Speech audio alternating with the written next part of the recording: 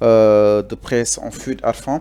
Alors, là, on parle de 1,116 milliards, contrairement à l'Union de Arfan, dit l'Ina 21 milliards. Il reste toutefois inférieur aux 21 milliards initialement évoqués.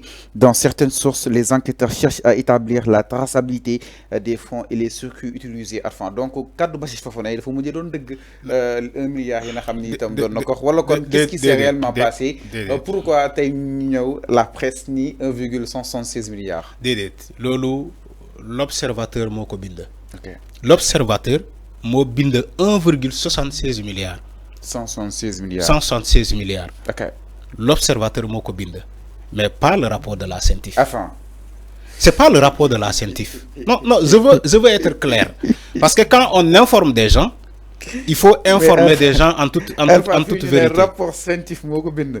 Enfin, li nek na ko dégg ci Bassist Fofana. 1 milliard la nekul 20 milliards et quelques yu 21 milliards bu ñu wax. 21 milliards bu ñu wax. Non, 1 milliard moom mën na ko fay. Bu fekkee 1 milliard 176 millions. dina ñëw fay ko. Bu fekkee 1 milliard 176 millions Madiambal Diagne mën na ko cautionner. Du fay da koy cautionner. Mais le rapport bu ñu wax dès le début, on parlait de 21 milliards. Je veux être clair. C'est ce que j'ai dit. Mën na am rebondissement. Mais dès le départ du rapport de CENTIF, on parlait des gens 21 milliards. 21 milliards lañ doon évoqué. Non, si rapport CENTIF avant est-ce que parcouru na rapport bi à fond quand même. Fallo wala ko déggé ni rek ci presse bi. Fallo. Je réaffirme les propos. Je dis bel et bien le début du rapport de CENTIF, on parlait d'une transaction suspecte. On n'a pas dit Khalis Bobu, dafa dem directement ci ma dañu une transaction suspecte. Bu ñu tuddé Madiambal Diagne à hauteur de 21 milliards. Yaay fateliku le cas de Wali Seck.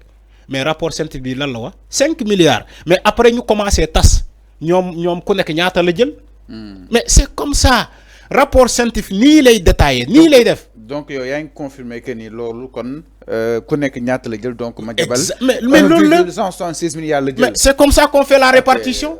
C'est comme ça qu'on fait la répartition. C'est 21 milliards yi ngeen. Dama ne 21 milliards bi transaction bi la. 21 milliards bi mooy transaction société Ellipse bu mu doon tasaare.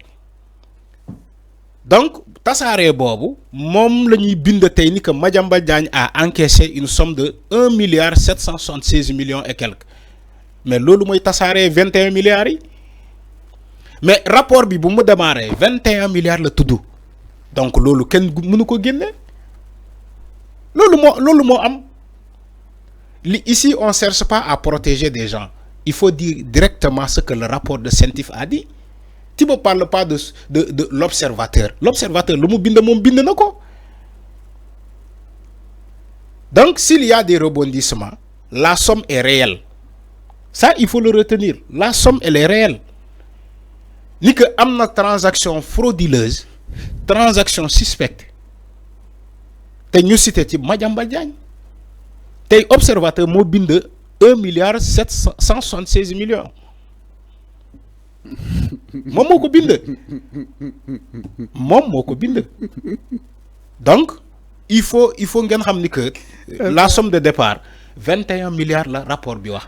Ouais. Madame, tout ça pour ça. Amna ñu ko tuddé tout ça pour ça. Pour ça comme tout ça manam cioli fu mu tollu won. Oui. Ak tay yefi fu mu yexi. Yefi fu mu jé tay 1 milliard. Ana Madiambal Diagne. Ouais, mais c'est ça. Ana Madiambal Diagne. Quand vous dites tout ça pour ça, c'est comme si Madiambal Diagne est allé répondre à la justice. Bagnu nako, tu es libre. Voilà defo dara. On dit tout ça pour ça. Mais quelqu'un qui a pris la fuite, on ne dit pas tout ça pour ça. Il est en fuite en France. Dafa daw. Donc mon taxaw deugal bop. Non mais quand même yeen tamit bayi len sen manipulation. Bayi len tiaxan. Quand on dit tout ça pour ça parce que il est allé répondre. Ba ñu édifier ko sur son sort ñu ne ko demal defo dara. Maintenant, dans ce cas, on peut dire tout ça pour ça. Mais que ça soit 21 milliards, que ça soit 1 milliard 176 millions de tiaxan xaliss bu bari la 1 milliard sa xaliss bu bari la. Mais Anas la personne concernée Yann les défenseurs de Madiambal Diagne. Ana Madiambal Diagne. Non, arrêtez. Ana Madiambal Diagne. Il est en fuite. Malgré l'interpellation de sa femme, de toute sa famille. Il n'a même pas tweeté. J'attends son retour. Parce que ma musuma gëm ni que Madiambal Diagne dafay daw. Non, sañul lolu. Madiambal Diagne sañul lolu. Borom kër, un père de famille, bo dawé bañu japp même un seul élément de ta famille, da nga wara rembourser sommet. Nga ñibisi. Tu rentres à la maison, nga dem jakarlo ak justice bi. C'est pas un geste humain, ça. C'est inhumain. Bien sûr. On arrête toute sa famille, mandat de dépôt, yoboulen kasso. Yow tu es en France. Di dem restaurant, di lek. Nek ci hôtel, chambre d'hôtel.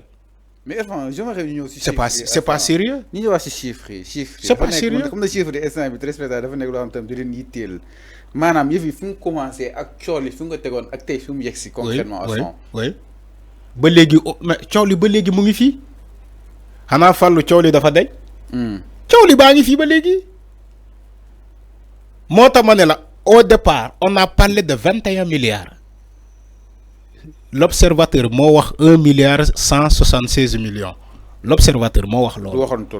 Dedet yow ya wax lolu. L'observateur yag na fi joxe ay information yu amul. Ñaata yon la doon bind ci Sonko fi ci jamono opposition. Sonko encaissé na li, Sonko encaissé na des fonds, Sonko def na li. Ba paré musuñu ko gis. Aujourd'hui tu me parles de l'observateur. L'observateur yag na fi bind ay conneries. Lolo amna du man mako wax sénégalais ñoko gisal sen bop. L'Obs yag na fi bind lu amul. Yow tamit toi imam Aliou Badara Ndaw loolu la tudd. Imam Aliou Badara Ndaw bañ koy japp l'observateur lan la bind ci mom. Way terrorisme non mais quand même. Mais enfin le factuel là l'Obs dafa parcourir rapport bi Alphand le factuel là est-ce que Japoni tam à ton niveau war nga mën a xool itam rapport bi parce que en tant qu'un informateur nga ñëw wax ñu lu nekk ci biir Alphand d'où la question mooy est-ce que parcours na rapport bi nga xam ni itam incriminé na Madiambal Diagne wala tudd na Madiambal. Fallou su ma yàkkamtiwulee dinaa la génnee rapport bi. nekkul fii mais ci sama machine la nekk. Pour te dire que lii l'observateur moo bind loolu. L'observateur mo bind ça cette somme là. Donc somme bi amul. Là où on parle de 21 milliards. Ba paré l'observateur xolal comment il a dit l'information. C'est encore loin des 21 milliards. Il défend qui Madiambal Diagne. Est-ce que l'observateur est en train de défendre Madiambal Diagne? Tu mets d'abord une somme, c'est 1 milliard 176 millions. Après tu nous dis vous regardez, c'est loin encore des 21 milliards qu'on avait dit. C'est l'observateur qui l'a dit. Mais il en sait quelque chose peut-être sur c'est quoi l'observateur? L'information pour sensibiliser, l'observateur nous a gagné, tam cellulaire avant quand même. Fallo, moi t'as mané l'observateur, il y a fi bind di n'importe quoi. Alors, mais non exactement. D'après n'importe quoi. D'après l'observateur, 1,116 milliards, c'est ce chèque et de lourdes accusations. Donc le montant suspect de 1,116 500 000 francs, très loin pour l'instant des 21 milliards aussi.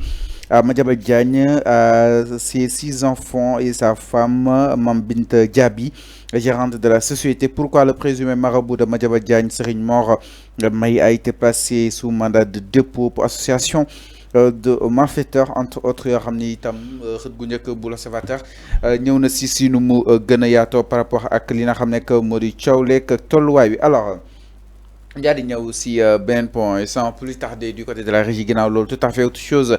Alors tey aussi am na journaux yi nga xam ne itam ñëw neen si Madiambal Diagne kii Mame Mbaye Niang ak ñu mu daal di àndal. Pourquoi l'État est incapable de faire revenir